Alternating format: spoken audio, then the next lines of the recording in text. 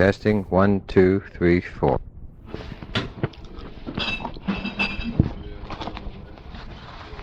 Do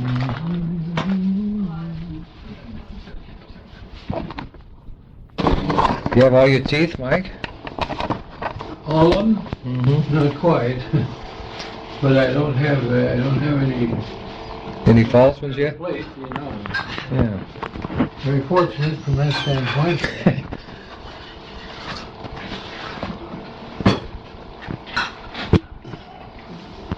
Wabash Carnegie Public Library Oral History Program, interviewing Myron V. Mike Johnson, 2500 Nathan Lane North, apartment 216, Plymouth, Minnesota, December 29th, 1976, at the home of their daughter, Mrs. John Winrich, Wabash, Indiana.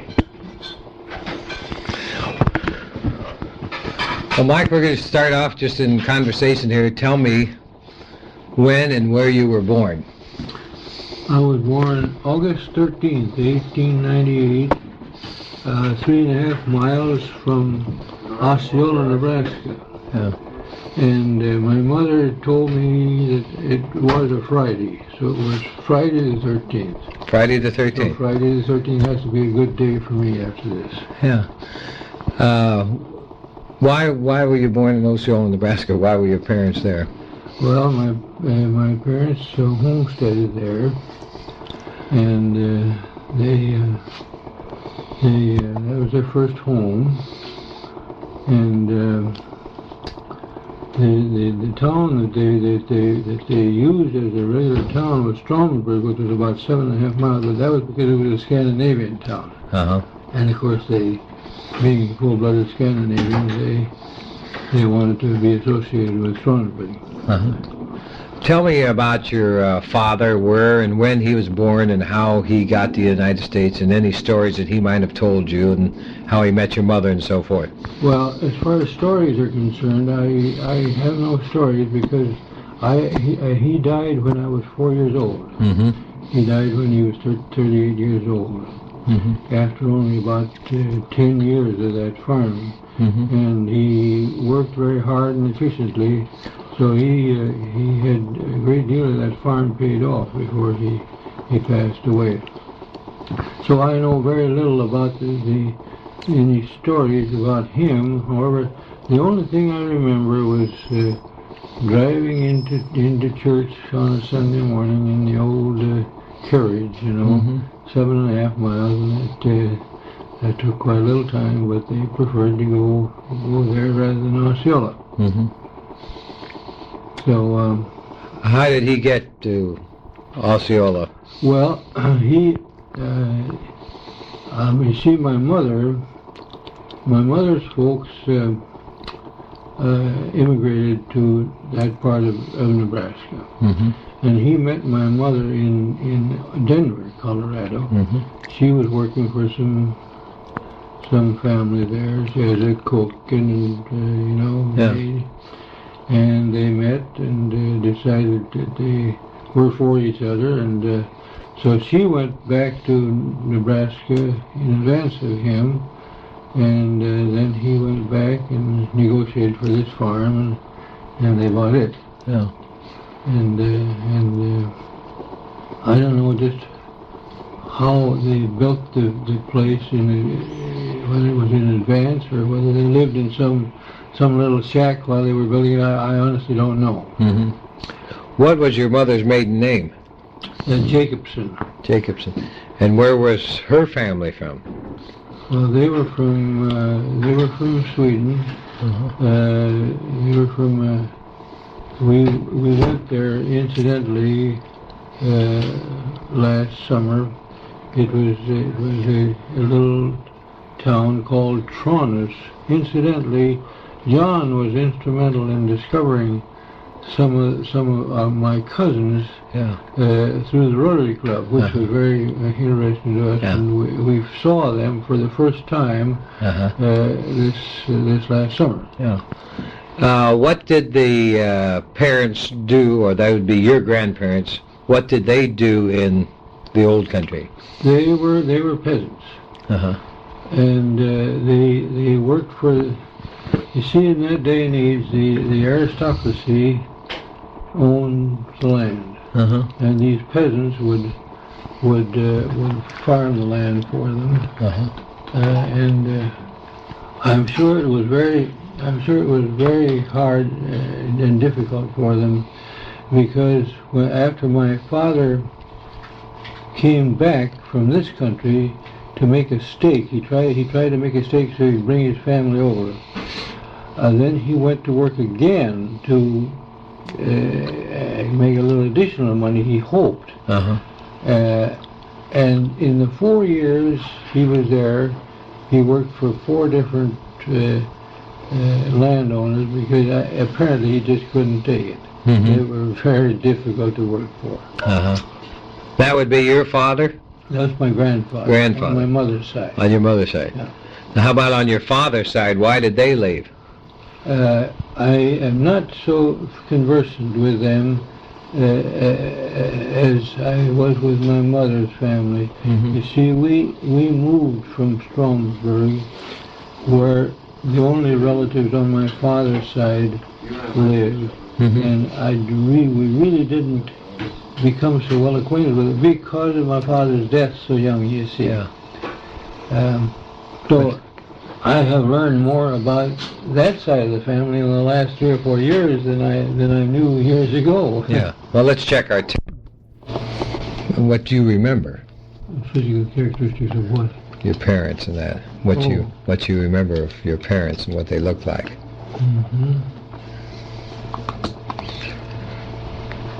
You never saw your grandparents then? Well, not on my father's side, no. On your mother's side? Oh yes, on my mother's side I saw both of them. That was a great friend of my grandfather. I mean, he and I were real pals. What did your grandfather look like?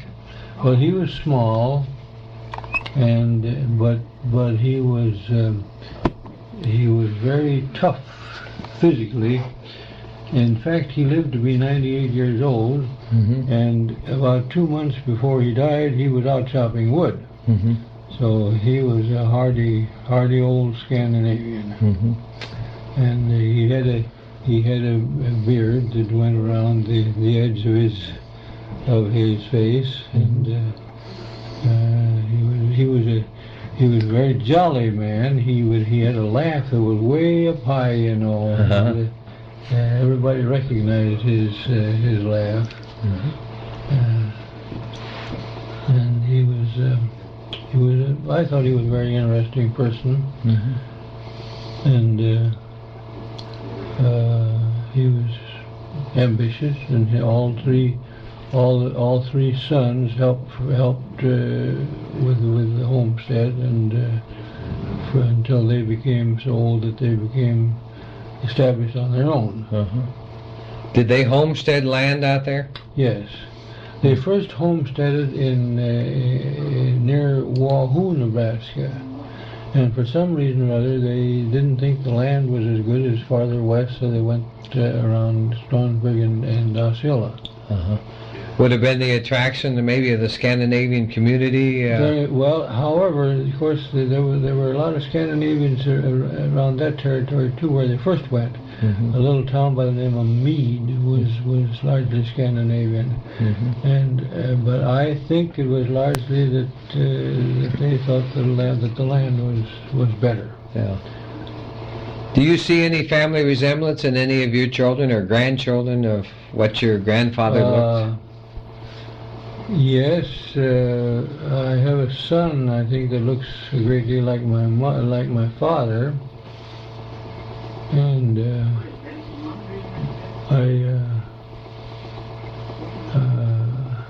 Myrna has some of the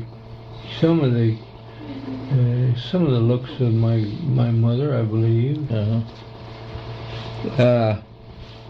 Now, did you meet your grandmother also? Was she still living? She was still living. However, she was quite ill for the most of the time that I knew her. And I remember she was very religious, and she could not go to church.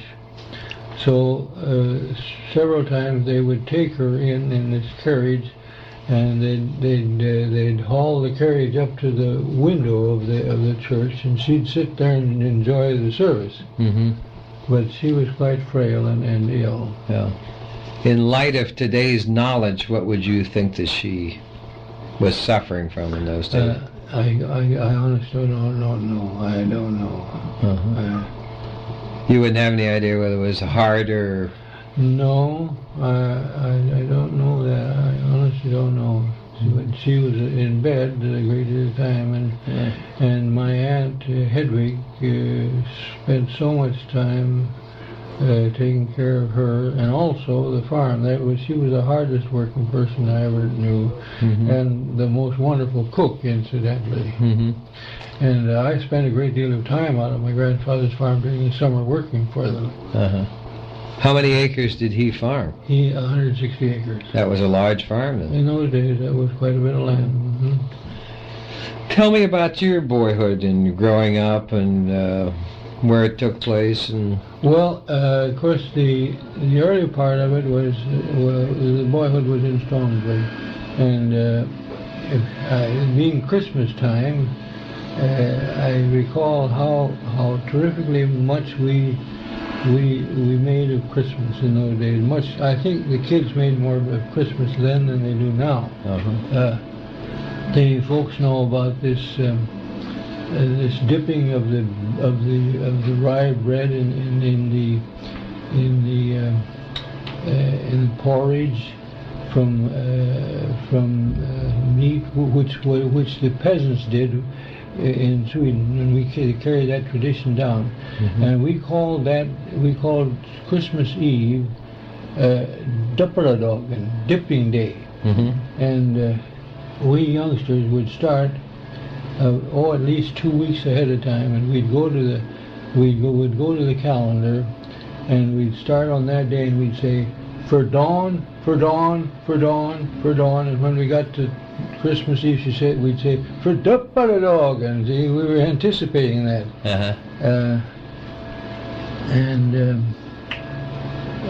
Then describe this custom as if someone had never heard of it before. Oh, the peasants would buy a chunk of course that's about all they had. They would butcher and have a big chunk of beef and a chunk of pork, and they would put that in a big kettle. And when they first got up in the morning, before they went out to do some chores, they'd dip the bread in, and of course they'd all eat right out of the same thing. They weren't so fussy about it. They'd dip right back in after they chewed a little.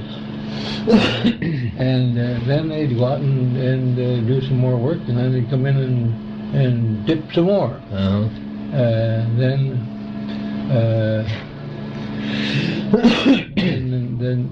if the peasants could afford it, of course, then they would have quite a feast for them in the evening of Christmas Eve. And we had quite a thing for the youngsters. A busy time. They would come in from the farm, which was 7.5 miles away from our town, and they would take us out to my grandfather's house, and we would have a big meal for Christmas Eve, in addition to this dipping thing. Then Santa Claus would come. That was a big deal. Then the next morning at 4 o'clock in the morning, we got chased out of bed and drove into town again for what they call Julotta, which is an early morning service. And of course it was cold, and I remember my aunt always she'd heat up a brick and put it at our feet so that our feet wouldn't be cold. And after Julotta, we'd go back out to the farm again, and then in the evening, that was on Christmas Day evening, that was the time when the kids had their program, and we had to give a little speech, and so forth and so on. And of course they passed out presents, and I think we got the one orange that we had all year long. You got it at Christmas time. At Christmas time at the church. Yeah, right. What was the church? It was an offshoot from the Lutheran Church, which they broke away from the Lutheran Church and were more free. It was called the Swedish Mission Church. It is now the Swedish Covenant Church. Quite a fundamental church. They believed very strictly about certain things. Playing cards were kind of taboo to some of them, and dancing was not the proper thing. And even opera. So my mother I was surprised that when I dilly-dallied around with some amateur opera later on when I grew up, and I was surprised that she was a little more liberal than the rest of them, so she didn't mind that at all. Tell me about your mother and some of the characteristics. My mother was a very brave person. You see, when my father died, she had the entire responsibility, and her income, I'm sure, many years, most of the years in fact, was in the neighborhood of $300 or $400 a year. And how she did it I do not know, but somehow or other she managed quite well. And my sister tells me that one of the dying wishes of my father was that we would have a good education. So my mother took that to heart, and somehow or other we got through university. Of course, we helped a little, but she rented out the home in Stromsburg, and went to Lincoln, Nebraska with us, and she took in roomers and boarders, and we had our little jobs where we could earn a little on the side, and we finally made it through school. Much to her credit. I'll have to say that she was a very brave, industrious woman. Did she hang on to the farm then all those years? No. She sold it after 2 or 3 years. But as you know, the income from the interest on money in those days was not too great either. So I think her income was in the neighborhood of $500 during the later years. How about your early life and going to school and things of that nature? Yeah, well, I have a lot of fond memories of Stromsburg, Nebraska. Incidentally, it is still called the Swedish capital of the United States. They have a big placard at the city limits, Swedish capital of the U.S. And there's a branch line from Omaha that goes through there, and the conductor would take great delight, and when he came to Stromsburg, he'd say, "Here's Snoosville." You know, the Swedes are great for chewing snuff. And they also, amongst themselves, called it the town of the crippled children, because Stromsburg was hit with the epidemic of polio in about 1908, which was very, very bad. My mother very wisely sent us out to my grandfather's farm and didn't permit us to go to any public doings of any kind, so we escaped. But many of my friends are crippled as a result of that. Well, you grew up with these children then that had been afflicted with this. One of them became a very good musician and became dean of men at Eastman University, Eastman School of Music. He was a very good friend of mine. Well, your mother moved from the farm into Stromsburg first? Yes. And what was the house like there? Well, it was quite a well-built house. In fact, it was my grandfather's house. He had built it thinking he was going to retire and move in. But he said, "Well, now you use that." And then within a year or so, my mother said, well, I'm going to build a house. So she took her meager funds and she got a house built that was quite roomy and satisfactory. Mm-hmm. And of course we lived there comfortably for many years.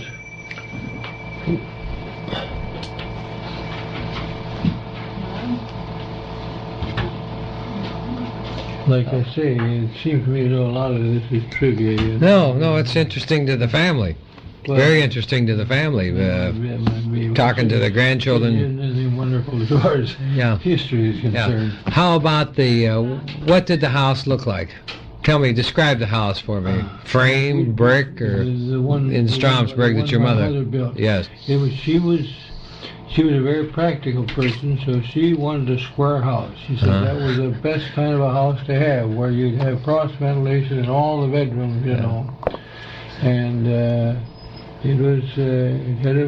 she wanted a porch, and another thing, she loved flowers. So she had a bay window that faced the east, the southeast, and she had more lovely plants than you can shake a stick out. She had calla lilies and I don't know what all, and these Christmas something like poinsettias or no, there was a hibiscus. Yeah, right. Yeah. Mm-hmm. And she had very wonderful success because every year they'd be in bloom. Uh-huh. And of course it had the traditional base burner, and there's nothing any more fun than to come in from the cold and back up against a base burner. What is a base burner? Oh, a base burner is a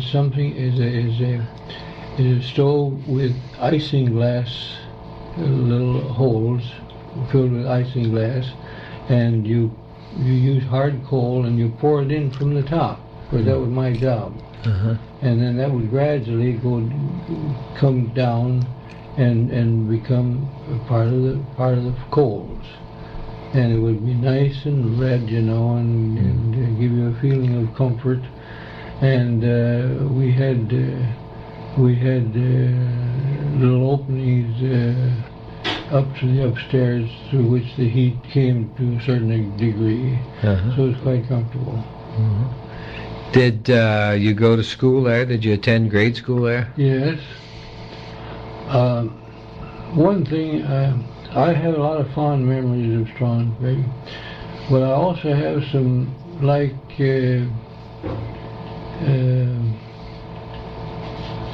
what's that author that wrote Main Street? Sinclair Lewis? Yeah, Sinclair Lewis. I also have some memories of the cruelty of some of the people about their characters. Uh-huh. There were a lot of characters in the small town. Uh-huh. There was one that they called Hadidada. He got that.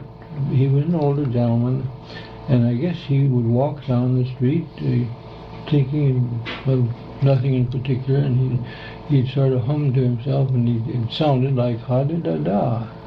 And everybody, of course, had to call him ha-di-da-da. Then there was this Ivor who was a spastic, and I felt so sorry for him. He would fall every once in a while, and he'd say something like hoops, you know, like you do. So he became hoopalala. Mm-hmm. And every kid, of course, called him hoopalala. Mm-hmm. And this hadidada raised potatoes. Yeah. And hoopalala asked if he couldn't help pick potatoes. He needed some money, you know.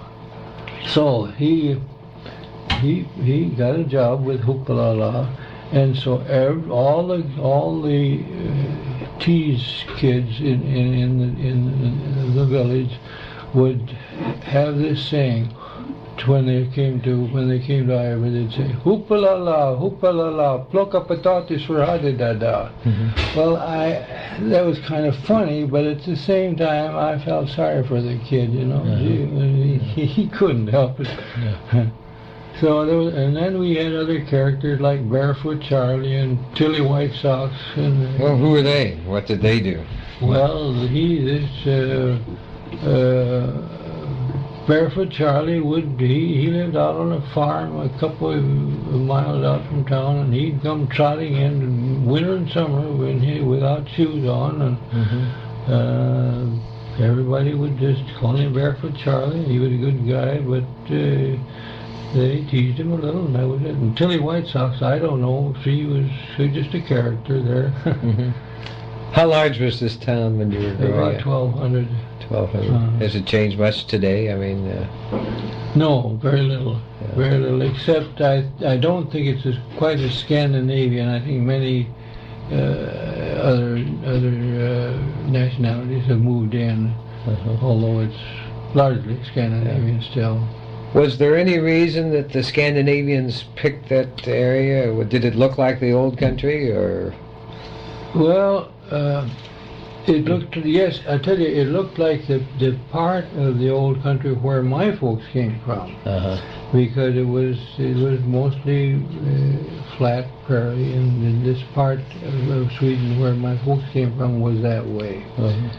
And it was there was a little stream there, and that's why it was called Stromsburg. Strom means stream, so it was a town by the stream, the Blue River. I presume that's why they picked it. I'm not sure. Did you tell me about your grade school? And you obviously started to grade school in Stromsburg, and anything? Was it normal 6-room school, or 1-room school, or? Oh no, it was quite a substantial building. There were 8 grades in those days, and there was at least a room for each class. And well, I guess I believe we had two grades in one room sometimes. But it was a normal thing in a small town, I guess. Was it unusual with so many people with Scandinavian backgrounds? Was English more or less a second language, or not? Yes, it was, and of course most of the churches were Scandinavian, and that's another thing that I was very appreciative of. The Sunday school was conducted in Swedish, and I was confirmed in Swedish, and I learned the Swedish language. I learned to read and write, and I have appreciated that very much in the years to come. But primarily everything else was in English outside the church and the home. Oh yes, yeah. The schools and everything was in English, of course. Yeah. And your teachers, were they bilingual or not? No, they were strictly. I don't remember any of them being Scandinavian, to tell the truth about it. Yeah. Was that a pretty good fundamental education, you'd say? Well, it was.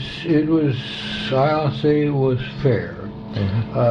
You see, we because of this thing I told you about, that my mother wanted to help us with an education. My 2 sisters were older than I, so they entered the university before I did. So we moved in my junior year of high school, and I suffered a little from that because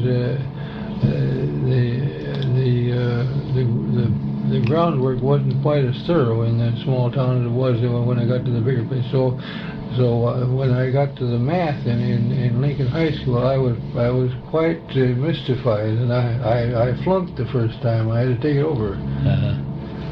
But otherwise, I guess the schooling was adequate.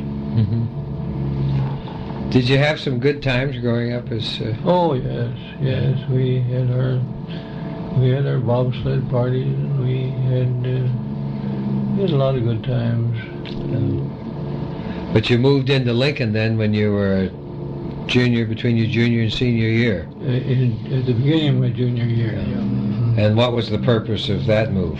That was so that my 2 sisters could live at home with my mother, who rented a house there, and they could start university. Yeah. Now, what was she doing then? What was your mother doing then? Well, she came along, and she had roomers and boarders.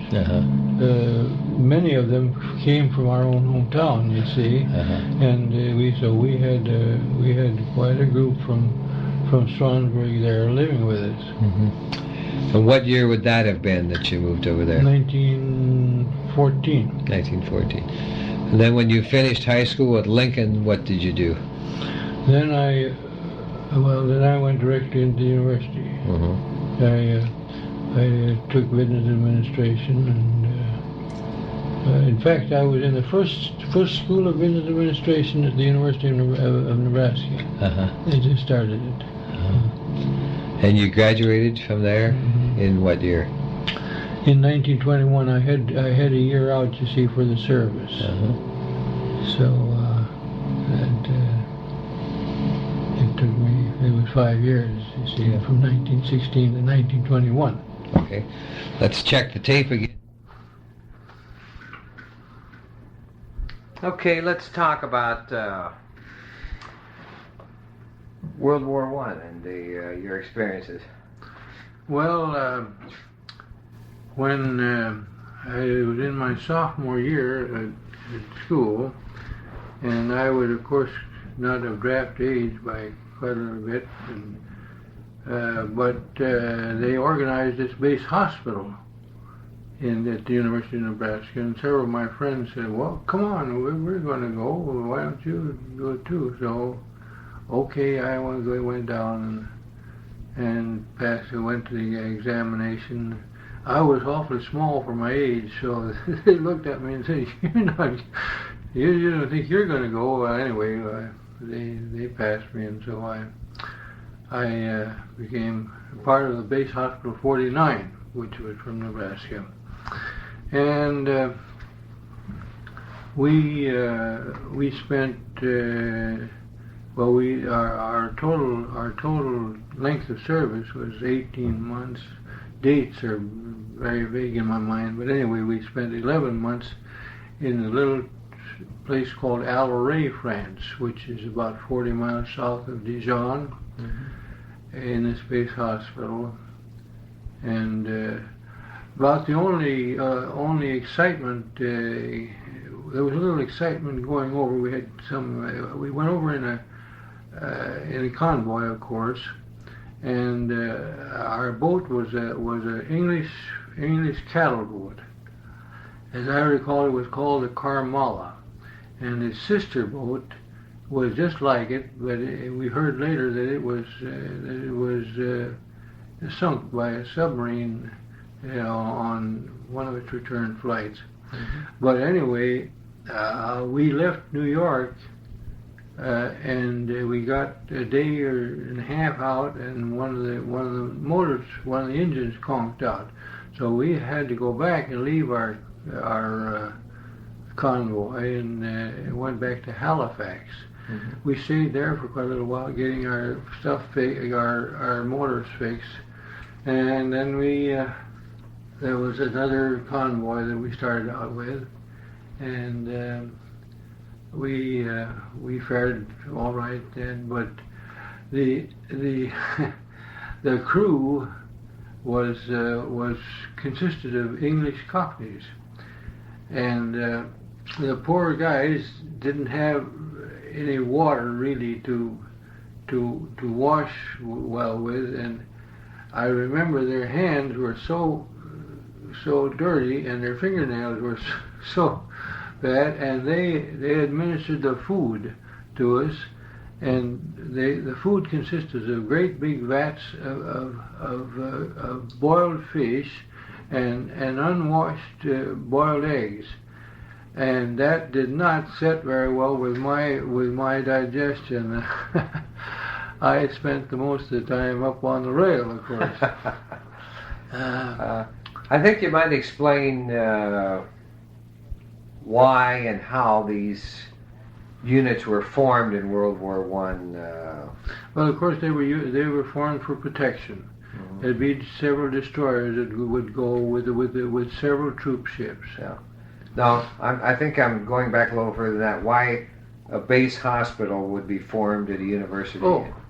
And what you would provide? Yeah, well, we, of course, it was consisted of physicians and surgeons from the locality, and then, of course, for the enlisted men, they tried to get as many as they could right from the university. This was really to give it an identity, really, to give this group an identity. They thought it was the easiest way to form a base hospital, to get a group of people who knew each other and would work together, not only the doctors, but also the enlisted personnel. And it served for the entire period of the war. And of course, it was largely meeting these trains of wounded people, which came in 2 or 3 a day, and it was quite. Everyone had to, even from some of the lieutenants on down, had to help unload these trains. It was quite a task when a big train came in with the wounded. And I remember one of the saddest things about it was after the armistice was signed, for several days we kept getting these wounded fellows, and I really, that kind of hurts you to think that they could just as well have been spared of their misery. Yeah. Was that a good experience? Was it an interesting experience? It was interesting, yes. Yeah. We of course saw France, and we knew of things about the war that nobody else knew about. However, we missed out on a lot of things. We knew very little about the conduct of the war, to tell the truth about it. We were too busy to even read any newspapers or hear anything. All we knew was that there was wounded soldiers coming to us. Did you make some friendships that you carried the rest of your life in that? Oh yes. In fact, there's one fellow that keeps coming up to Minnesota every year and visits me. However, we've lost track of the most of them. He and I talk about that. We just don't know where they are. I imagine most of them have left this earth by now. We being amongst the youngest, older than me. What did your mother think? Well, have you taken off from school after her working so hard? My wife keeps telling about how my mother tells about that. She says, well, he called up and he says, Mother, is it okay if I go into the service? And I guess I hung up. I said, okay, I will. I didn't wait for her answer. I just said, that's the way Jessie tells it. I don't remember really. Yeah. But she took it all right. She didn't. Were your sisters finished with the university at this time? Were they out? Yes, that's right. They were. And you were the only boy in the family? That's right. Yeah. All right. Now, what happened when you came back? Well, when I came back, the instructors were very liberal with us. You see, we left in the middle of a semester. And so they said, well, now, look, you don't need to stick around Lincoln here. Why don't you go on home, bring the books with you and study, and then you can take the exams when you get back, and you'll be right in with, you only will have lost 1 year that way, you see. So I did that, and so I appreciate that very much, and then I graduated in 1921. And what? Then, before we finish your college days, did you work part-time? Yes. Did you join a fraternity? I belonged to a professional fraternity, Alpha Kappa Psi, but not a social fraternity. Yeah. What did you do to help support yourself through college? Well, at one time I worked for a tent and awning company, and I wasn't worth a darn because I hate heights. Uh-huh. And the boss could tell that, and he said, I guess there's plenty of work inside for you. So I sewed the awnings and put together the tents and things like that. Then I went to work for a cleaning and tailoring establishment. I delivered the clothes and so forth, and I also did some pressing. And that stood me in good stead. This is kind of skipping a little bit, but later on I went out west to Homestead, out in Wyoming, and I met a young fellow that I had gone to school with, and he at the western edge of Nebraska. And he said, "Why don't you go with me? I've got a truck here." So we started out on this truck, and we went to Casper, Wyoming, and found a group of former university fellows there. And they said, "Now they had a map, and here's where there's some property still available down here." And we went to the county seat of Douglas, and by golly, the piece of land was gone. And we did it again, and then the second time it was gone again. Mm-hmm. By that time, we were flat broke. And so I went to a cleaning establishment there, and I said, I've done some clothes pressing. And okay, he says, you go ahead. And he showed me a room, and it was just chock full of clothes. It was during the time when the oil rush was beginning. Mm-hmm. And I don't really know what kind of I think this was a sort of a gambling spot or something, because the fellow never said a word to me. He says, "You just go ahead and press these clothes." I pressed the clothes all day long, and not a customer came in. I didn't see a guy at all, and I never saw him. I worked there for a week, and he paid me, and I left, and that's why. Anyway, this experience helped me in that way. Yeah. Well, that was basically your part-time jobs in college, and right. Yeah. Mm-hmm. Okay, and then you did what upon graduation? Well, I was hired by the telephone company, and was going to go to work for them, and then my mother became ill out in Stroudsburg. She had moved back to Stroudsburg. She had everyone educated, and now went back to hometown. So when I got back there was an opening in the bank. There's 3 banks in this town of 1,200, which was too many, and they wanted me to work for them. So, being that my mother sort of needed me, I decided to do that. Mm-hmm. But after a year or so of that, I could see absolutely no future in it. In fact, I'm glad that I did leave, because it wasn't very many months before this bank failed too. So I would have been out of a job. So I asked if the telephone company was all right if I'd come back and come to work for them, and I did. So I had 40 years of work with them. At the telephone company. Mm-hmm. Well, let me check this tape. Let me turn this tape over, so this will mark the end of part 1.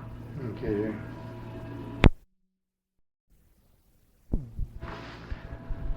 Mike, you were saying that you went to work for the telephone company. In what town? In Omaha. In Omaha. Mm-hmm. And how did you happen to get the job? Well, when I was in my junior year, in those days they had professors that were assigned to place the graduates.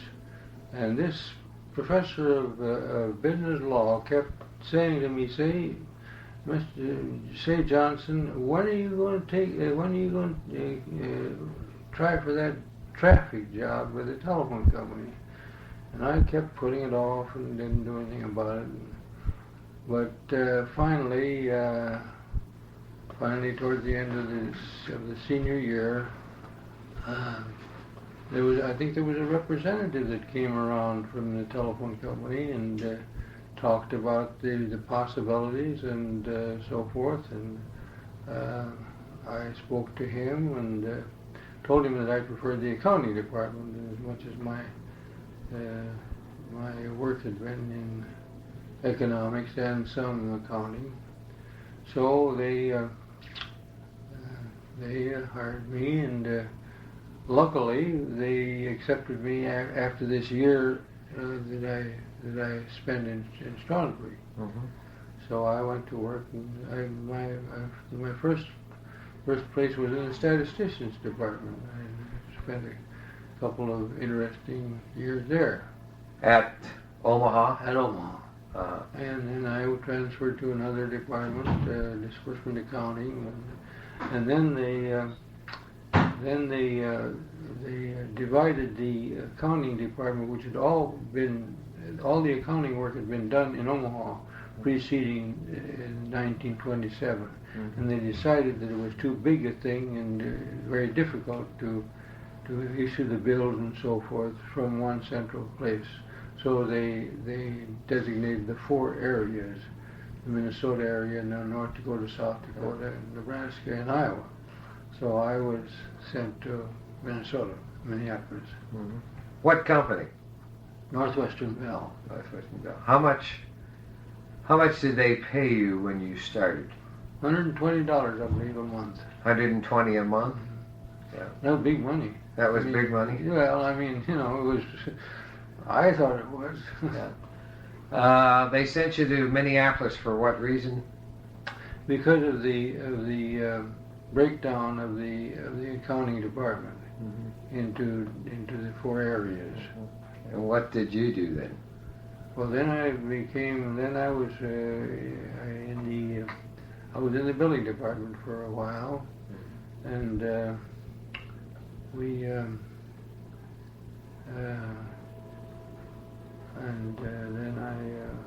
you know how they do. They transfer you from one thing to another. They had very many interesting jobs. Towards the last, it was largely tax work. And I guess I told you I spent 40 years with them. Mm-hmm. Retiring what year? 1963. 1963. So you worked all the way through the Depression then? Right. Never took a cut in pay? We had an 8% cut, which wasn't bad. Yeah. We still had to, be a little careful. My wife she was the envy of the neighborhood, of course, because she had a little red wagon, and she'd go to the grocery store and she'd fill that thing entirely full with her groceries, and she said she really felt a little ill at ease because some of the people would look at her and say, "How the heck can you do that?" How can you afford it? Yeah. So we were really very fortunate about that. Let's go back and let's talk about meeting your wife. How did you meet her, and where did you? Well, first of all, where did you meet her? That was one of the most interesting things of my life. Mm-hmm.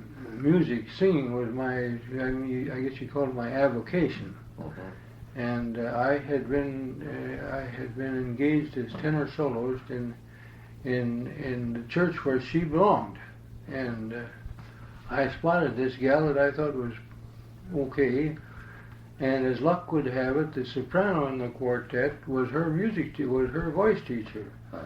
So she introduced us, and that's how it all started. The church choir. We had quartets in those days. Quartets. Just a quartet, yeah. Right. And that was in what town? That was in Omaha. In Omaha, yeah. So and, go ahead. We were married then. after I came up here, Jessie continued working while I was transferred up here in the winter of 27. And let's see, how was it? Dates. But anyway, she came up and we were married in September of 27. Mm-hmm. And then she went back and worked for a little while, and then of course she came up to Minneapolis, and we lived in an apartment for a while and started our married life. Mm-hmm.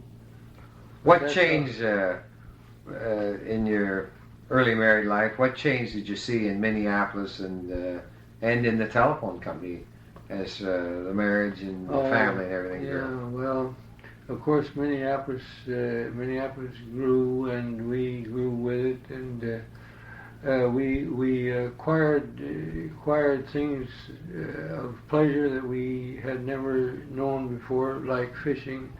My wife became an avid fisherman, and of course I enjoyed it too. And as far as the telephone company was concerned, though, that was the year of that was the era of changes. You just couldn't conceive of the different changes that came so rapidly. Mm-hmm. About a year before I retired, we went to computers.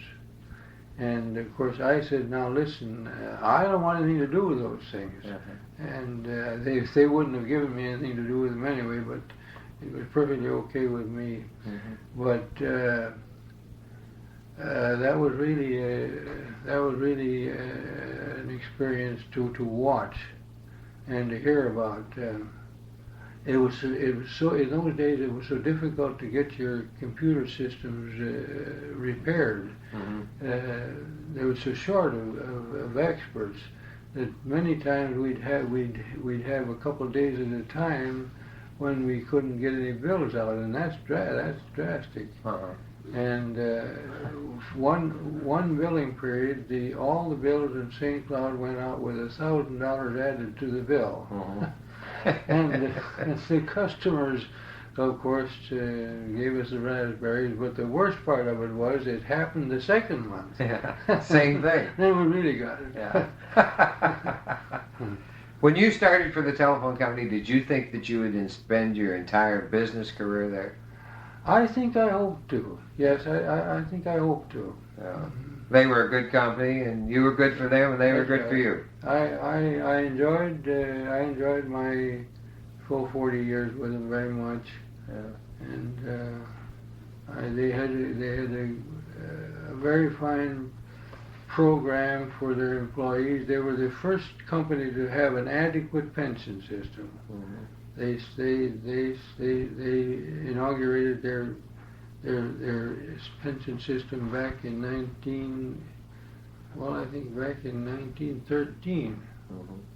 And so that was one of the first pension systems in the country. Mm-hmm. Did you see much social change going on in the country with the Depression and everything, or you were pretty well unaffected by it all then? Yes, we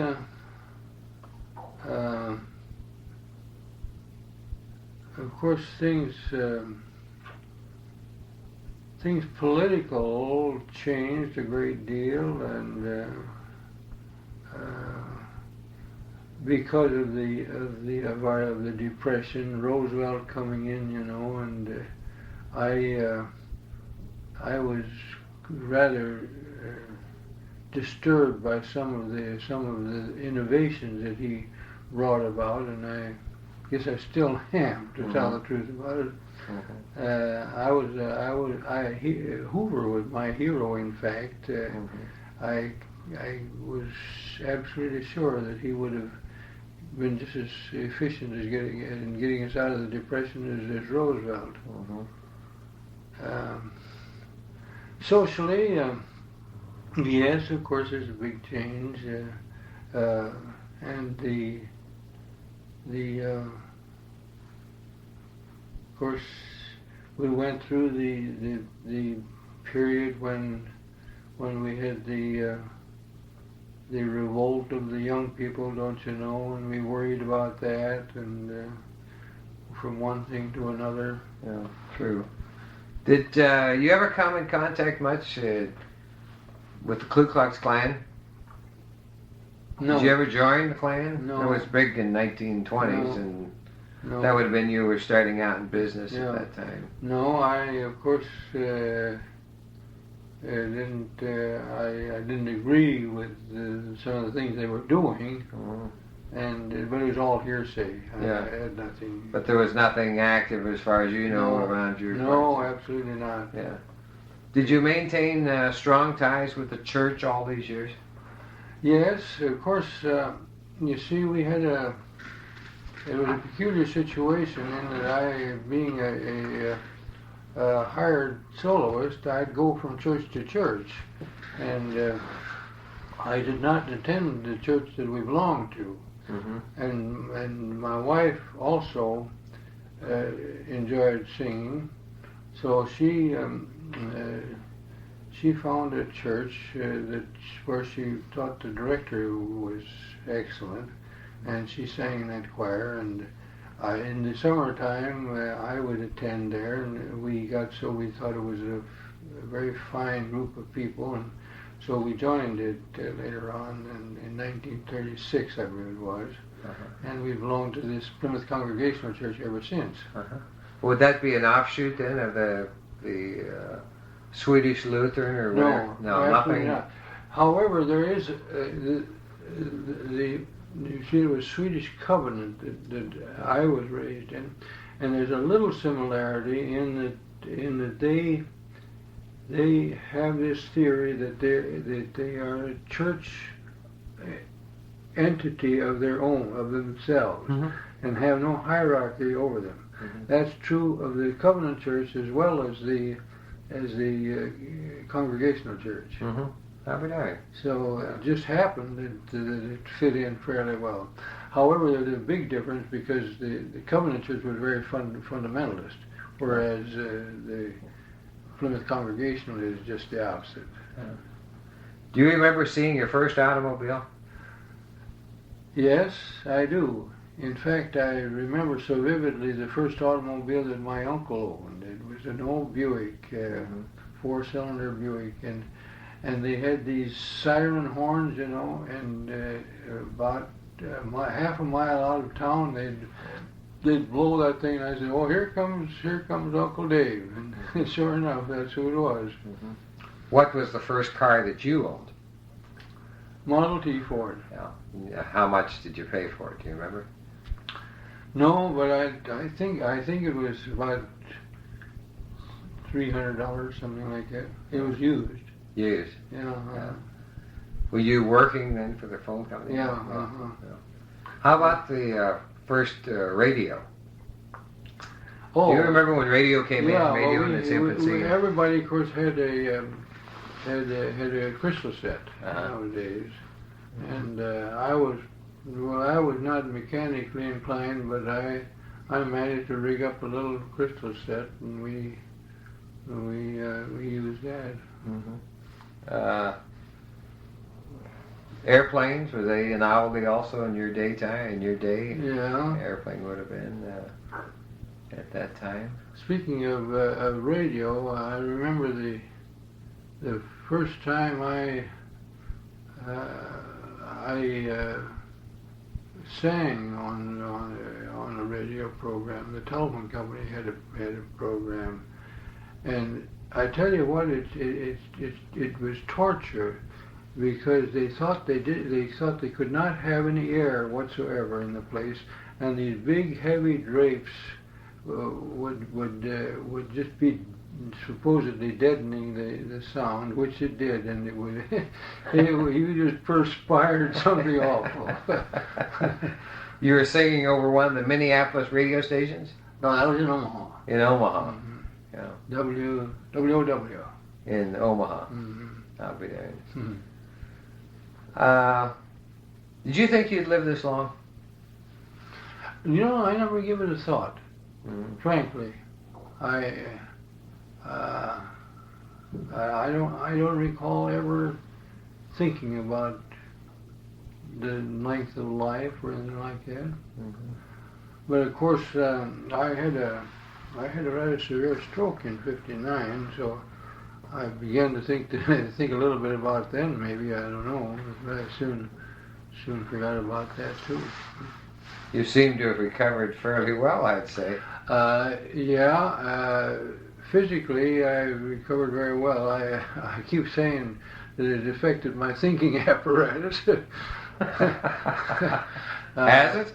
I Do you think so, really? I really, there's a lot of things that I can't remember as well as it seems as though I've been remembering quite a bit now. Yeah, but those are things that, however, words seem to escape me. Sometimes when I try to enter a conversation and I'm trying to think of a word, I just can't think of it. But it's little things like that about my, as I say, my thinking apparatus. Yeah. But I still have numbness in my side, my left side. But as the doctor says, you regained your strength. He'll test my strength. And he says, there's nothing wrong with your recovery of that. And a little residual numbness, you can get along with that adequately. Yeah. How about raising a family? Being a father and raising a family? Well, I lived in the day when it was all up to the wife to take care of the family, and I was a sluffer. I didn't help nearly as much as I should have, but I enjoyed the family. When they got a little bit older, why, we had great times together. But when they were little, I went to work, and it was up to Jessie to do all the work, do all the taking care of the kids. Yeah. Well, that was the way things were done then. That's right. Yeah. And it would have been unusual if it had been any other way at that time. Right. Yeah. But I think it's wrong. I think the present day is better. I think fathers should contribute his share. Yeah, right. Very true. Are you enjoying retirement? Yeah, very much. We both love to travel, so we've done quite a bit of traveling and enjoy that part of it. And when we get home, we have our friends, and for years until the last, in fact, when we moved out to Plymouth, I gave it up, but I belonged to the Y, and I enjoyed playing badminton, and I attributed my health to doing that. I enjoyed it very much, and I think it was good for me. Yeah. Did you ever figure you'd have enough money to run the rest of your life, or? Yeah, I often wondered. However, you see, we had a program of participating in the purchase of AT&T stock, and I was just lucky enough to be one of the ones that stuck with it, and that helped a great deal. And I remember preaching to the younger kids when I was older, and I'd say, now look, I knew that they had given it up. See, they'd get into the program, and then they'd find that they were a little short of money, and they'd quit the program. And I'd give them a little lecture and tell them, now that's not the thing to do. You stick with it. I don't know how much good it did, but you stuck with your. Yes, I did. It was worked out satisfactorily. Yes, very much so. Yeah. What would you say is the biggest disappointment in your life? Oh, let's see.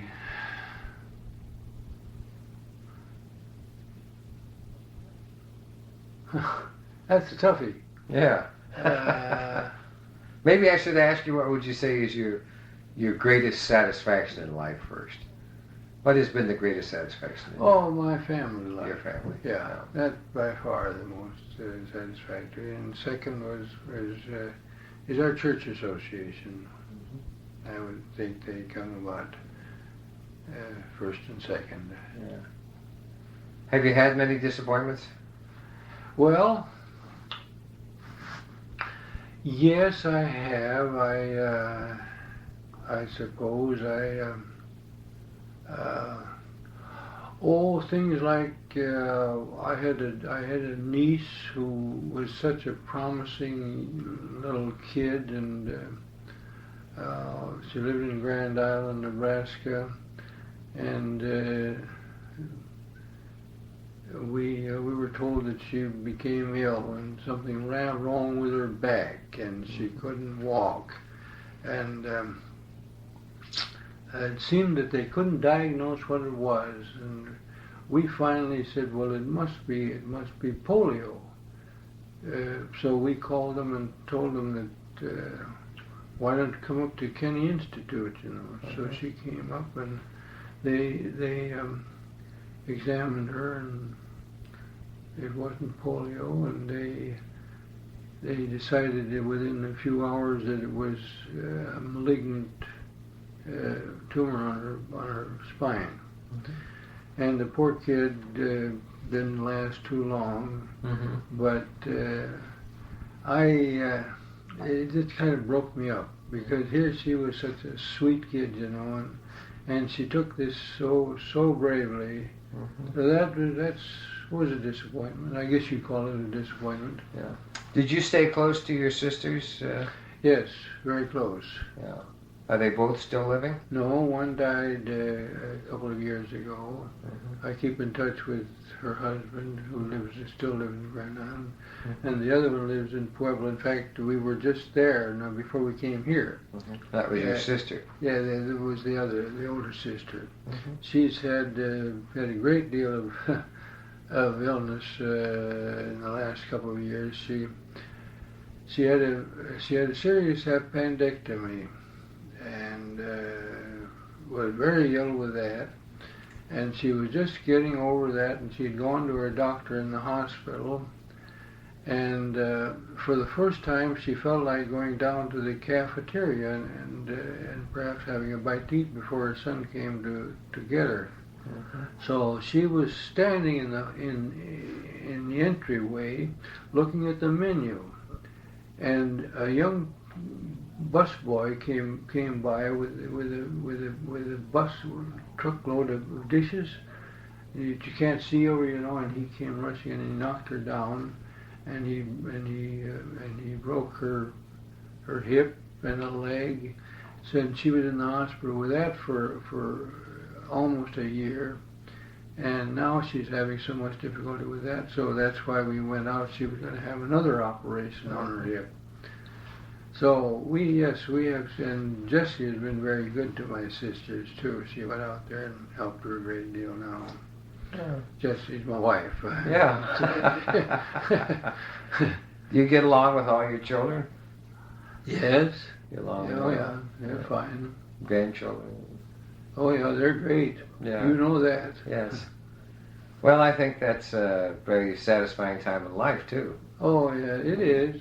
It's so, you know, it really is a great pleasure to see in this day and age, when there's so many kids that don't turn out quite so good, to see how fine these grandchildren are. Yeah.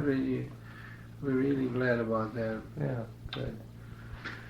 Anything else you'd have to say that might be of interest to your great-grandchildren, or something that you and I will never see? Well, offhand, I don't know. I guess I might say that we oldsters have gotten things into a heck of a mess, and we're looking to them to get us out of it. I really think they will. Yes. I really think I have great hopes. Yeah. Right now, things don't look so good. But when I look at some of these young fellows coming up, I know things are going to come out all right. Yeah, I have a lot of confidence. Yeah, right. Oh, good. Well, I think I'll close the interview. And this is George Dingledye with the Wabash Carnegie Public Library. This is interviewing Mrs. Jessie Ward Johnson, December 29th, 1976. I'll just call you Jessie. That's fine. Tell me, first of all, about your birthplace, birthday date, and your mother and your father and so forth. Just like we were writing a letter. I was born in Great Falls, Montana. My mother was Myrtle Geddes Ward and my father Jesse Martin Ward. We lived there only 6 months, so I have no recollection of that. Yeah. What date? Oh, August 12, 1902. 1902. Mm-hmm. Okay. Why was your father and mother there in Great Falls, Montana? My father was a salesman of pianos, and he had a music store. I don't remember the name of the store, but it must have been quite nice because it had an auditorium which was used by local musical groups and so on. Where was your father from originally?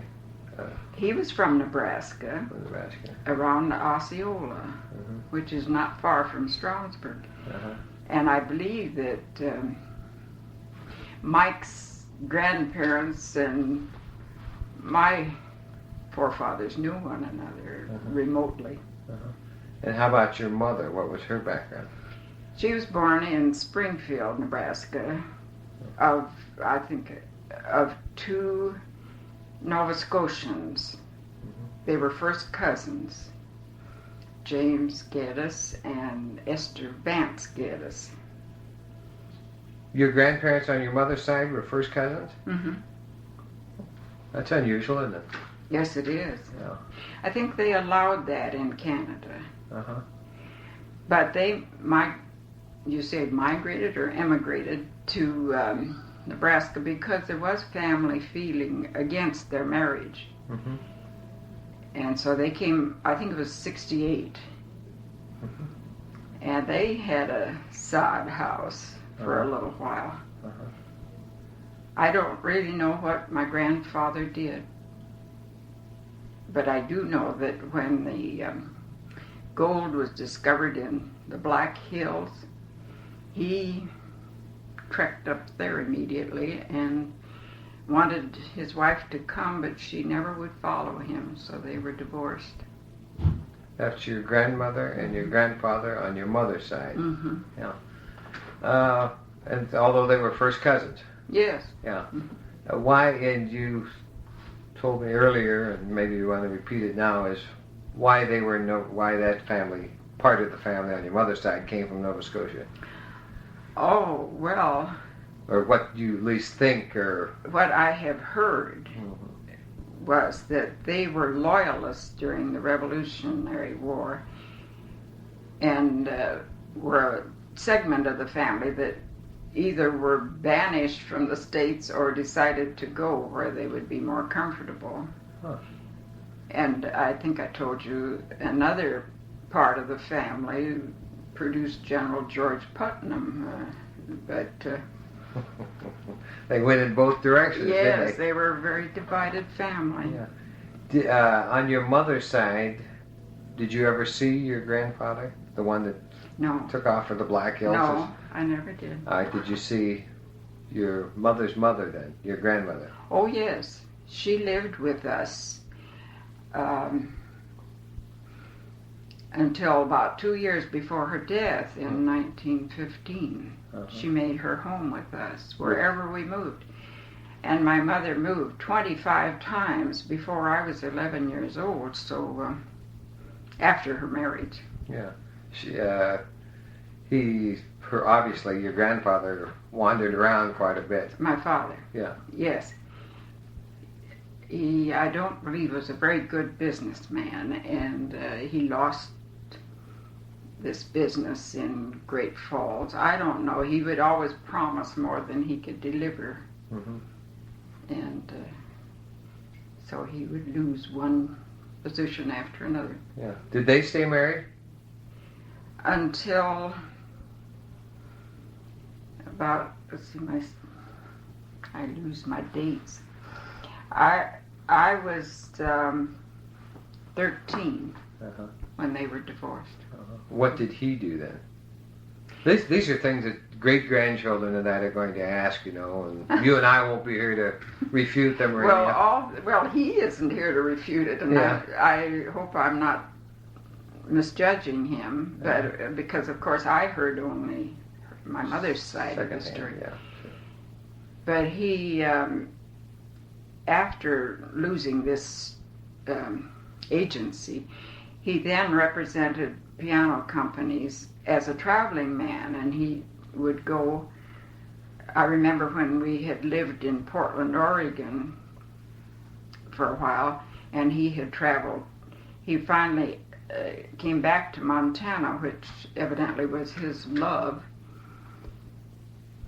and persuaded Mother, after she had 3 children, to come and join him in a little town of Drummond, Montana.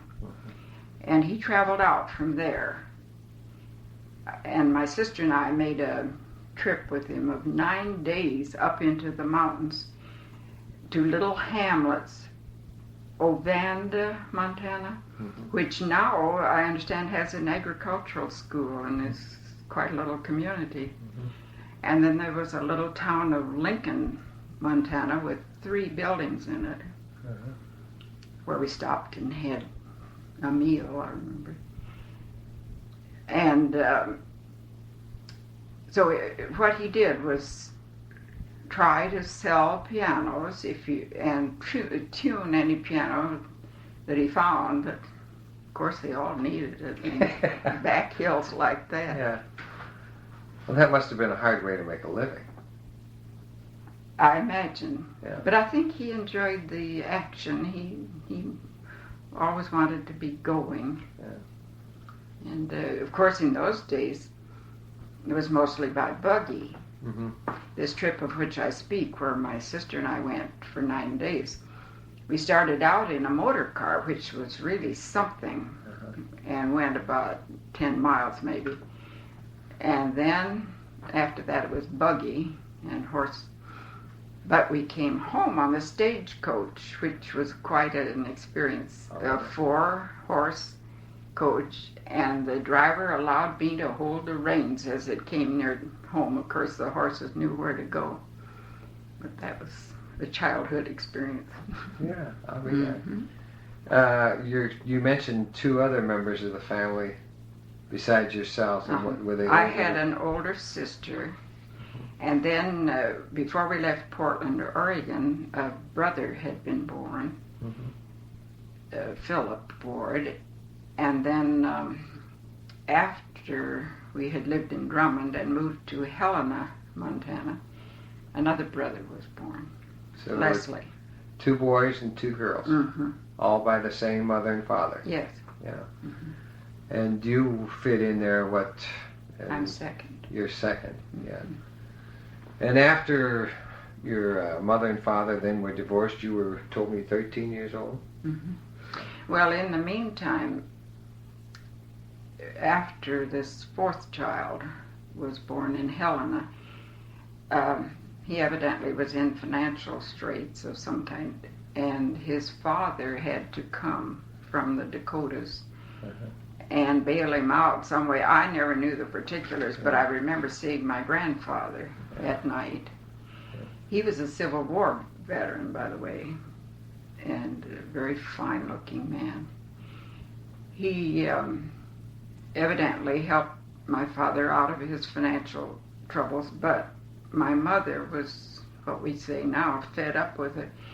And her sister and husband, who lived in Omaha, Nebraska, sent railway transportation. He was a Union Pacific official, and they got us to Omaha that way, and then helped my mother set up in business in a rooming house.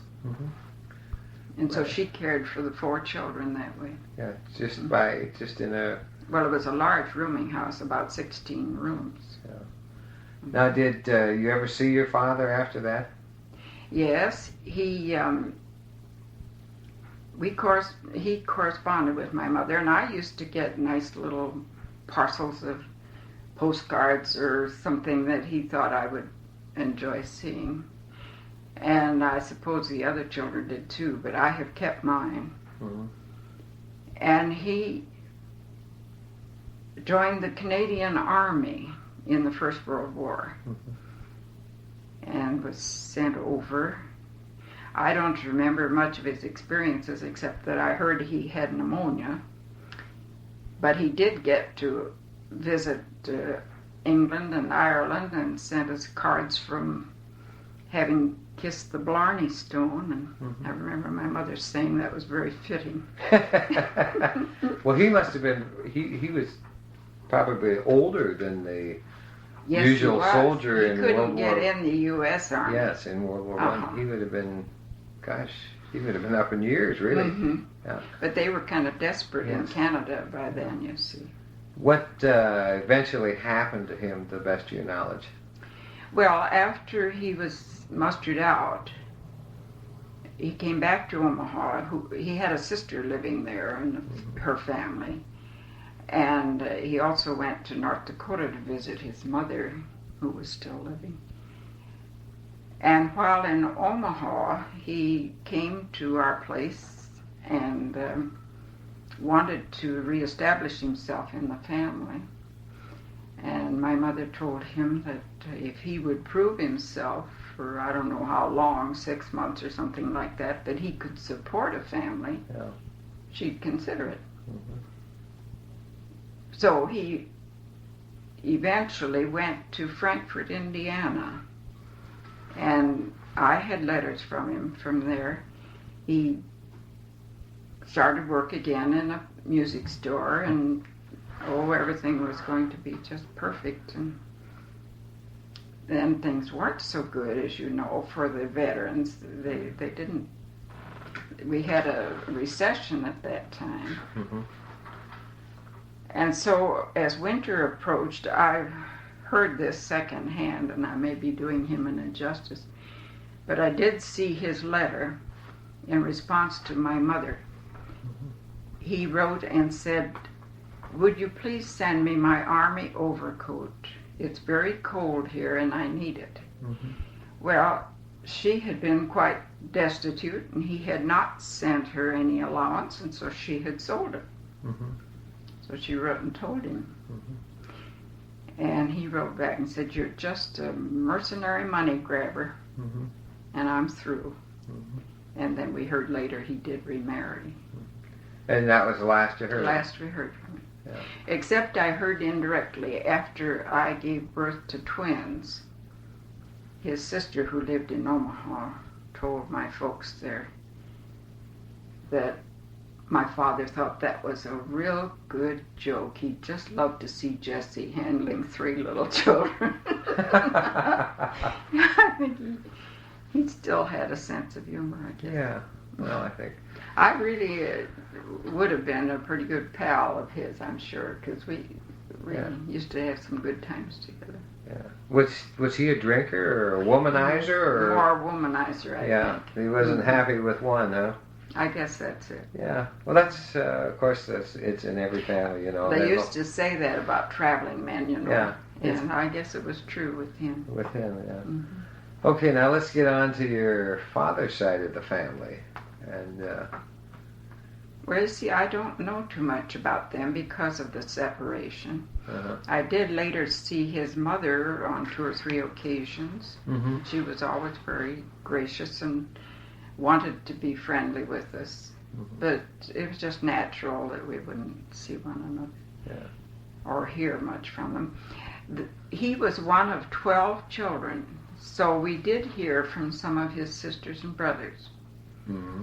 And several of them stayed in Bismarck and that vicinity in North Dakota after the family moved up there and they grew up. Uh-huh. I remember one named Hotchkiss. I believe they were her husband was a lumberman. Mm-hmm. They had a daughter, Laura, and the daughter died within 2 months of the mother. Mm-hmm. So their They were gone. Mm-hmm. There was another, an Aunt Os, he called her. Osie, I guess.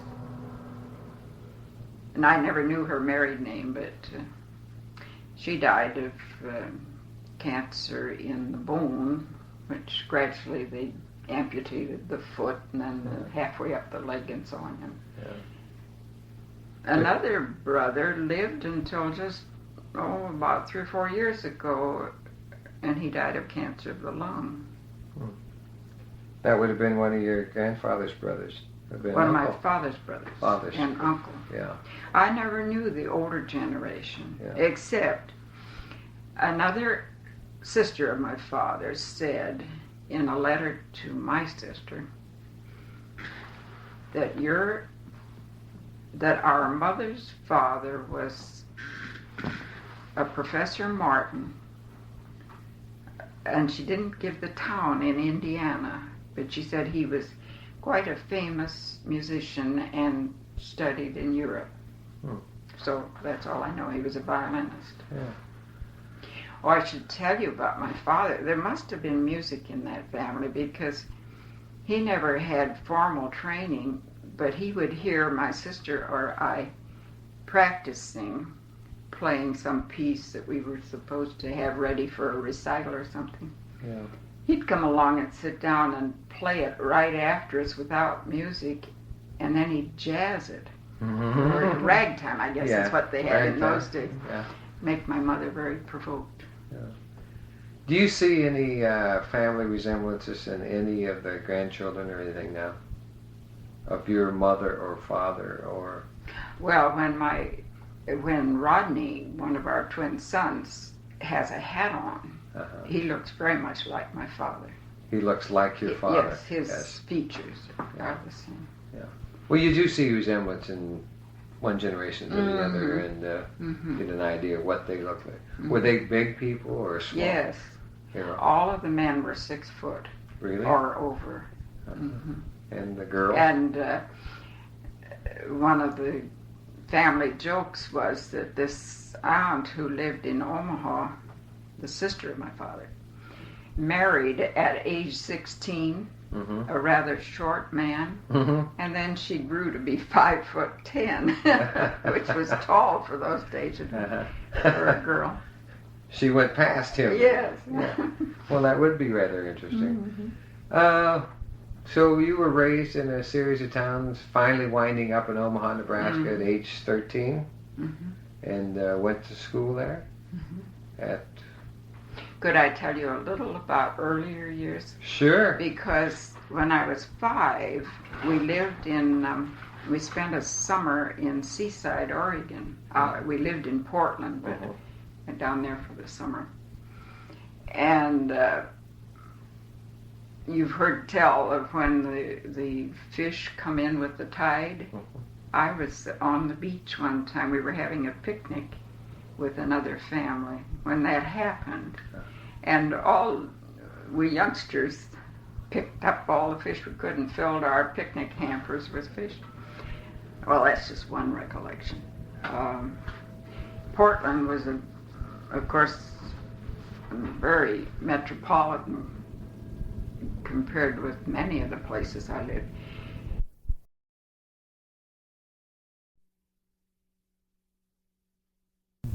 Well, I'd better just skip the rest. No, go ahead. That's real interesting. We were talking about living in Oregon and a little ranch in Montana. Well, we lived in town and visited some of the ranches. Of course, an auto there was very unusual. There were 2 in the town. So I told you that we went up to Old Vanda and Lincoln and so on by car. That was my only experience with the car. Yeah. Now, did you live in a series of rooming houses, or they would rent a house? Or In Portland, we moved into a new 5-room bungalow, and the landlord lived next door, was just so kindly to us. It was in a suburb called Montevilla, which now practically is downtown. But at that time there weren't sidewalks or paving at all. My mother and grandmother helped to start a new church there, Montevilla Presbyterian Church. And your grandmother was with you also all this. mm-hmm. Your mother's mother was traveling with the family, so to speak. She was with us all the time until she became ill in Omaha. So she was very much a part of the family. Did the relationship between the mother and father and the grandmother, was that relationship?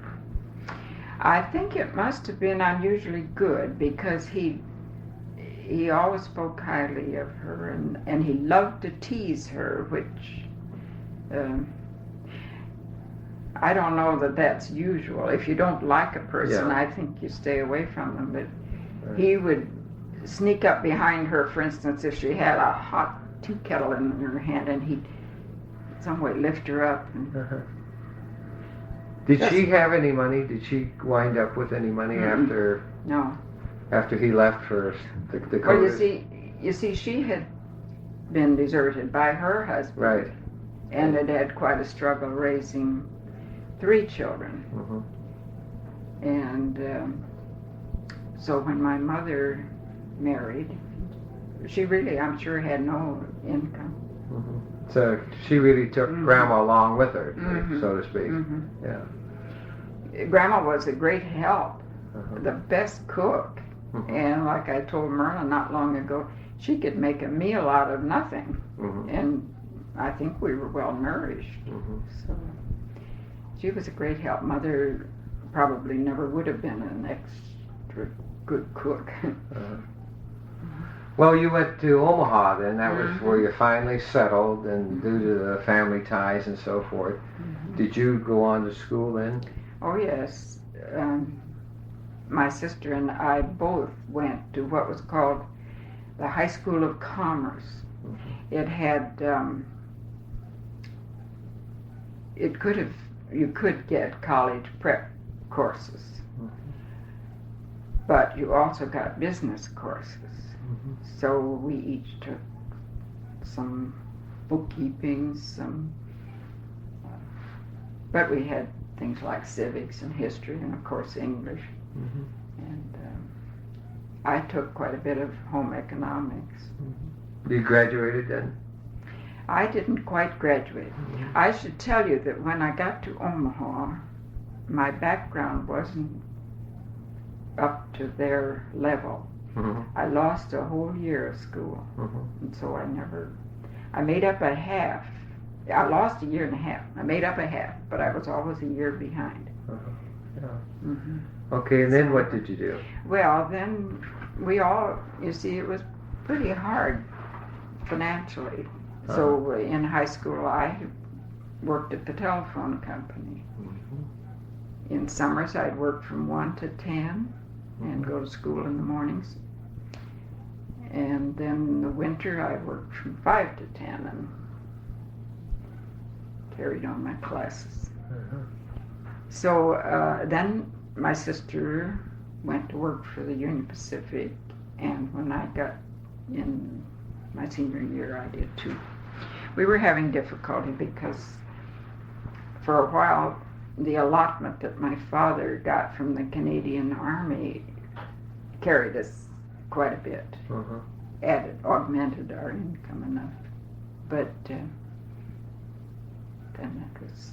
Now we're talking about the 20s, right? Yeah. And of course, you've had your little depression a little bit earlier than most people then, basically. Yes. Yeah. And I worked for the Union Pacific for 8 years. Doing what? Clerical work. Clerical work. And of course, you'd had all the background skills and everything. Do you feel that all this traveling around and everything with your parents had made you probably more mature and more independent I don't know. than the other girls were at that time? I don't know how to compare.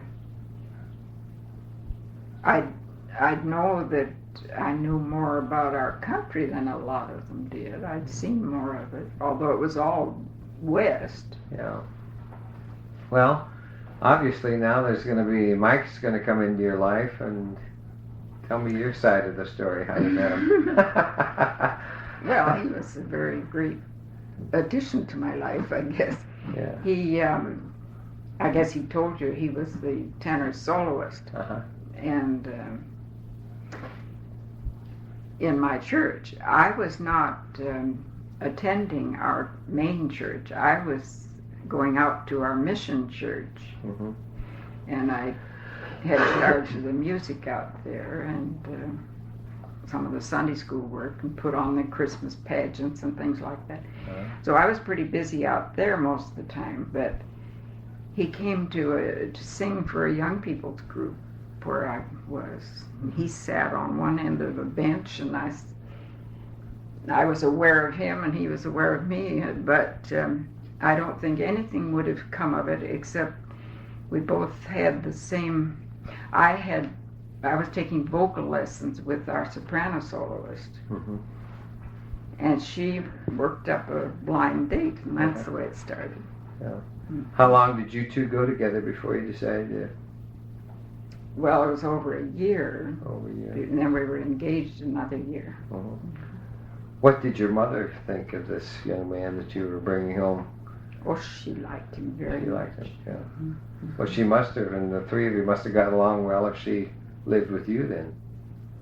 Well, my mother didn't live with Oh, me. she didn't live No. with you. Yeah. Yeah. She lived in Omaha with two brothers, Yeah. the two younger brothers. It was your grandmother Mm-hmm. that lived with your mother. Uh-huh. Yeah. Okay, That's I right. see. I get the story now. All right, and then you started having children, I assume. Did you Mhm. continue to work? No, Which in itself was unusual for a woman to work. 8 years. Yes. We were married on Labor Day weekend, and then I went back and worked 2 months. What and then year was that?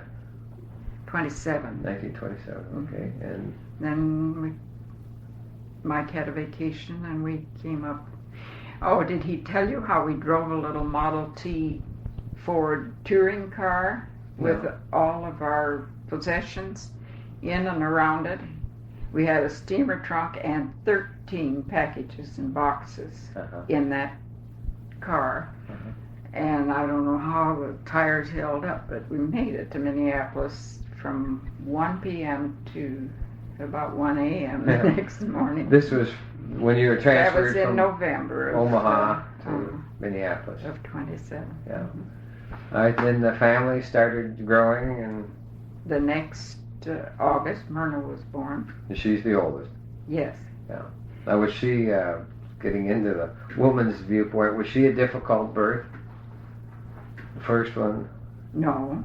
No. I think she was quite normal. Mhm. Probably 9 hours of labor. And of course, in those days, one spent at least 10 days in the hospital. Mhm. So by that time, Myrna was quite spoiled, we always said. Mhm. I don't know how she'll like that. But Yeah. she was born with quite a bit of long hair. And so the nurses put ribbons on her hair and took her around the hospital to show her off. Well, you know, they'd never do a thing like that now. Uh-huh. So she was used to being handled and attention. So when we got her home, she wanted lots of attention. Mhm.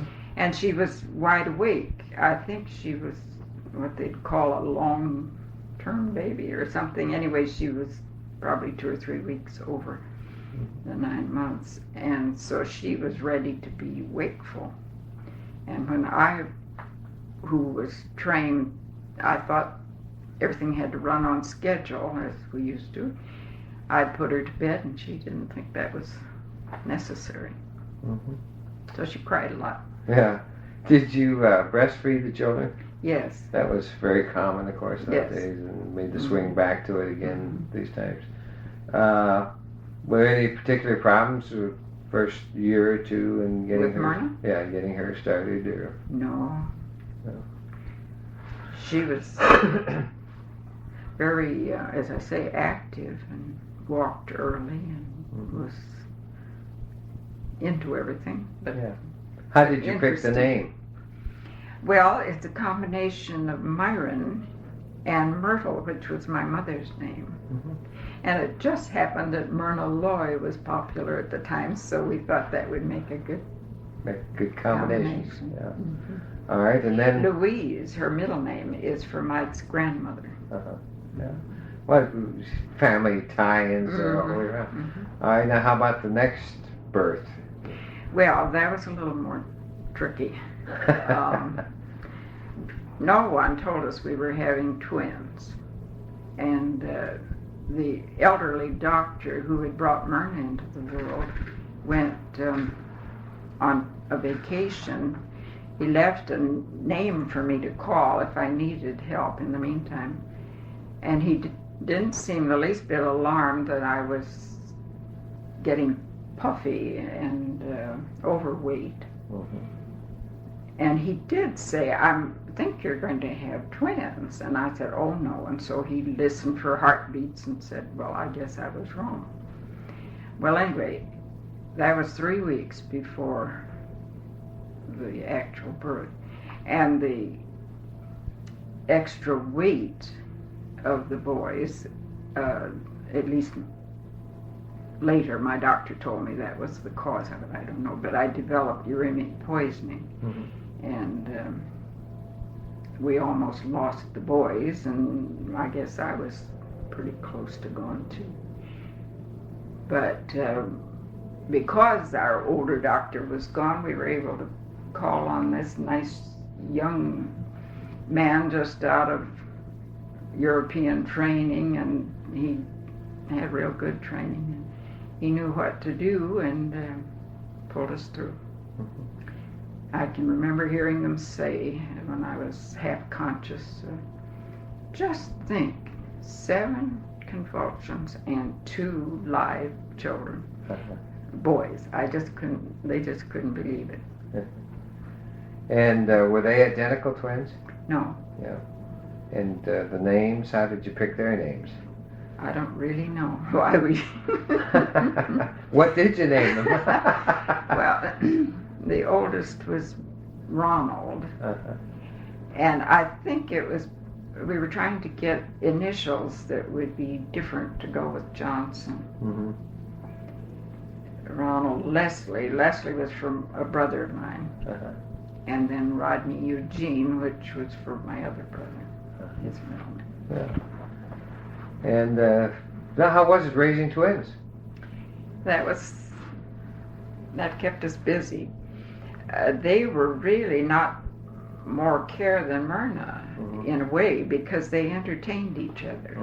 As soon as they were able to observe each other, they would watch and mimic, and later we had a separate room with a gate across, and they had their little toys and so on, and would just really entertain themselves pretty much. Yeah. Of course, feeding was quite a problem. They'd both be hungry at the same time. Now, did you breastfeed the twins too? Yes, for about 6 months. But it was soon supplemented. And I was telling someone the other day I got so I could use a spoon in each hand and feed 2 of them at once. Yeah, well, I'll bet that would be an experience. It was a lot of work. Yeah, I'll bet it was. We were very happy that Mike's mother at that time was free and came, and she stayed 2 months, I believe, one time. My mother came when she could, but she had the 2 younger brothers to keep house for her. And so she couldn't stay as long. And then we did get schoolgirls to help come for board and room. That was the days you could do that also. And then finally you had the last member of the family. Did you have one more then? No. No, there's just the 3. 3. The total of 3. I don't know where I got the idea that there were 4. Well, how were they to raise then in school and going through school and so forth, the 3 children? Well, there really was never any difficulty. Myrna was a good student and cooperative with the teachers. And the boys were above normal, I believe. At least the teachers told us so. And their marks showed it. As they developed, did Mike tell you about their music? No, we haven't touched on that. Well, Myrna, of course, being the older, we gave her piano lessons, and she enjoyed that very much. It wasn't more than 3 or 4 years of piano that she was beginning to have neighborhood children as pupils. At one time she had 5 pupils, and she was in grade school herself, and she'd have little recitals. And then the boys took piano, and after about 5 years of lessons they branched out into instruments, and one played the oboe very well, and the other took up the bassoon. Did you ever feel that this musical talent possibly came from maybe your father's side of the family and his piano? Well, probably some of it, but Mike's family must have been musical too. Yeah, plus you both musical, singing and all that stuff too. Yeah.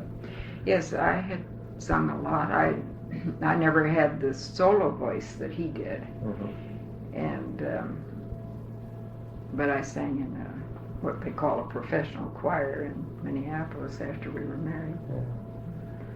So after the children were born, you never went back to work at the Union Pacific or the phone company? Well, we were up here, you see. The headquarters of the UP are in Omaha. Yeah.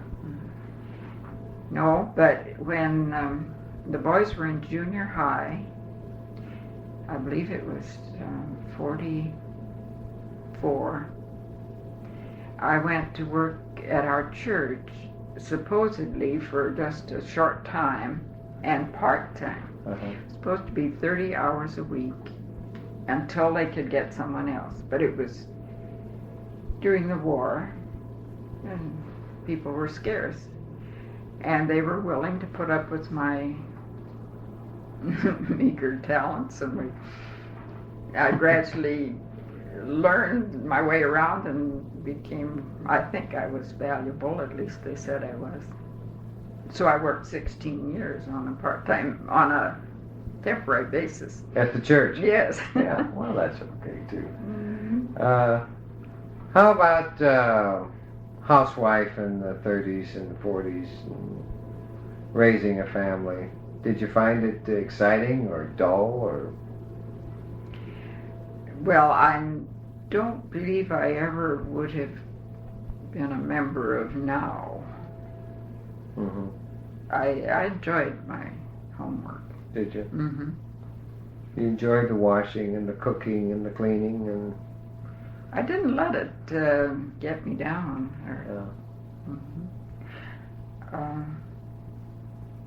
Did Mike tell you that we bought this old 9-room house and he did a lot of the remodeling? This was in Minneapolis? Yes, when the boys were 3 years old. Myrna was 5. Yeah. First we rented it and then we bought it. And of course it was during the Depression, so we got a very good price on it. And he started pulling walls out or ceilings or whatever we thought needed doing until we had a very nice modern home. Well, I guess maybe that's why I never found housework dull. There was always something new coming along. And you raised your family right in that house until you finally... 20 years. Until you finally moved out to Plymouth, is that right? No, we lived in a duplex when the boys went in service. Well, one boy was away at college and the other was in service. Myrna was away. We didn't need such a big house. And we found a very nice duplex, and some very good friends of ours took the upstairs, so we were happy there for another 20 years. I'll bet you were. Do you remember the first automobile you rode in or saw? Where was it? What was it? Well, it was what were the circumstances? I was in a buggy with a horse, and of course the horse was frightened to death. I remember the driver got out and held the horse by the bridle Mhm. till that contraption was passed. Uh-huh. Do you remember radio, first radio? Yes, early radio? Crystal says. Uh-huh. Of course, you were married by then. No, that was in Omaha In before Omaha. we were married. Yeah. How old did your mother live to be? We're just jumping 83, around. 83, I believe. 83. And what did she die of? A series of strokes. Or just old age, you'd say. Must have been hardening of the arteries. Yeah. And of course, you had no idea when your father died or at what age? Let's see, he was born in 98. No, they were married in 98. He must have been born in about 1875 when my mother was. And I heard that he died of an obstruction of the bowels. Very. And you don't know. And it was after the boys were born, so it must have been 32 or 3, 4 or 5. And, well, this sometimes is interesting to someone down the road to know what happened to the rest of the family. My grandmother, my mother's mother, we think from what people know now, must have had some diabetes because she gradually got sores on her feet and gangrene set in, and first one leg was amputated. Then it started in the second. Sure, I'm sure that's what it was now. Amazing what we know now that we get the advancements and everything that we've made now. One of my brothers has diabetes, mild. Of course, it also runs in families, and it's good for someone to watch out for. Yes. Yeah, good point. That's what we're told. Are you enjoying retirement? Yes, I think so. Are you? You ever thought you'd live this long? You know, I never think about, I don't think much about the future. I just live each day. Yeah. Have you been in good health? Yes, Yeah. very good. Yeah. I think that's probably the best thing. If you're in good health, why life doesn't seem to be too much of a problem. I shouldn't say I don't think about the future, because I guess I do have many things I'd like to do yet. Like what? Well, there are a lot of places I'd like to see. And, there are a few causes that I'm interested in, such as environmental and... Have you always had these philosophies and so forth about the environment and... Yes, I think so. Yeah. But I never knew as much about them as one can learn now. Sure. It's a great satisfaction to see your grandchildren interested too, you know, and perhaps they'll... It's a great satisfaction to see your grandchildren. I mean, Oh, yes. I mean, just to see normal, But- healthy grandchildren. I think that's a tremendous satisfaction. Developing into such fine young Sure. people. I think that's I wish I had more of them. more grandchildren. Hey, from looks of things, you have great grandchildren before long. I guess. What advice would you think you'd have for kids nowadays, really? Now here you are, 72 years old or 74 years old. 74. And what advice would you have? Now listen, your great-grandchildren or something will be listening to this tape someday.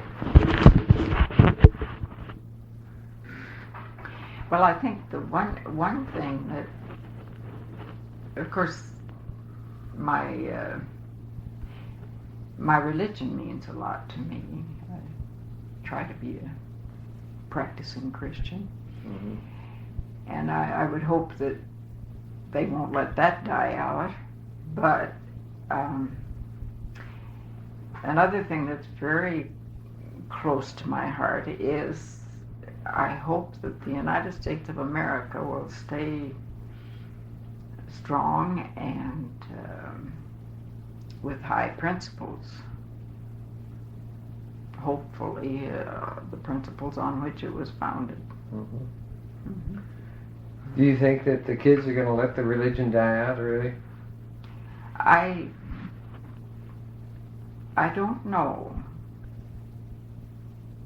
I know they're searching, and maybe they'll even improve on it. I hope so. Know.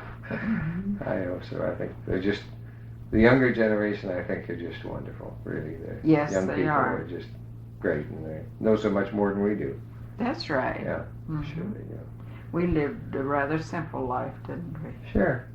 I think. Of course, you're of the next Yeah, younger I'm generation. halfway between them and you, I guess, and. You can look both ways. Yeah, I can look both ways also. And I think it's. Certainly, I'm glad that I don't have the same beliefs I had at their age, because we were very straight-laced and thought so many things were wrong. And what we had was just right, and nobody else was right. You know, I'm glad it's changed. Are your sisters still living?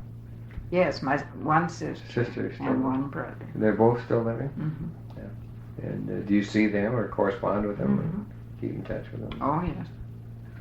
One brother who had rheumatic fever as a 9-year-old, he died at age 60 because valvular. 60 or 60? 60. 60, Yeah. Yeah. A lot of people thought that was a good age for someone who'd gone through what he had, but I hated to see him go. Yes. This day and age, why 60 is young, Yeah. very young. Well, he had, as I say, calcium deposits around the valves of the heart, and so he had open heart surgery, which wasn't successful. And I had the feeling if he were at the University of Minnesota, for instance, where they do hundreds of those operations a year, instead of a little hospital down in California where maybe twice a week they experience something, that he might have had a better chance. But then I don't know. You brought something to mind. I don't know. Can't think. Family, a lot of family history and everything is extremely interesting, I think. How families got where they are. Have you ever done any genealogy on the family? Well, I have a nephew who, in joining the Mormon church, had to find out what his background was. Right. And I'm in hopes that he's going to give me copies. If not, I will write to Salt Lake City and get whatever I can. Yes, they're very strong on genealogy. Yes. The Mormons are, yes. He'll probably find everything because I don't know. the material isn't too hard to find. I'm sure really, he knows a lot more about it than I do. Yes. So. Well, I think it's been a very pleasant afternoon, and I appreciate all the stories and the interest. And well, we appreciate your interest, but And, we wish we knew more about Indiana so that it could. we're just interested in anybody and everything and stories, and I'm sure that Myrna and her two brothers will be interested in this. If not today, they'll be interested someday, I know, because that's usually happens. This is George Dingledye for the Wabash Carnegie Public Library.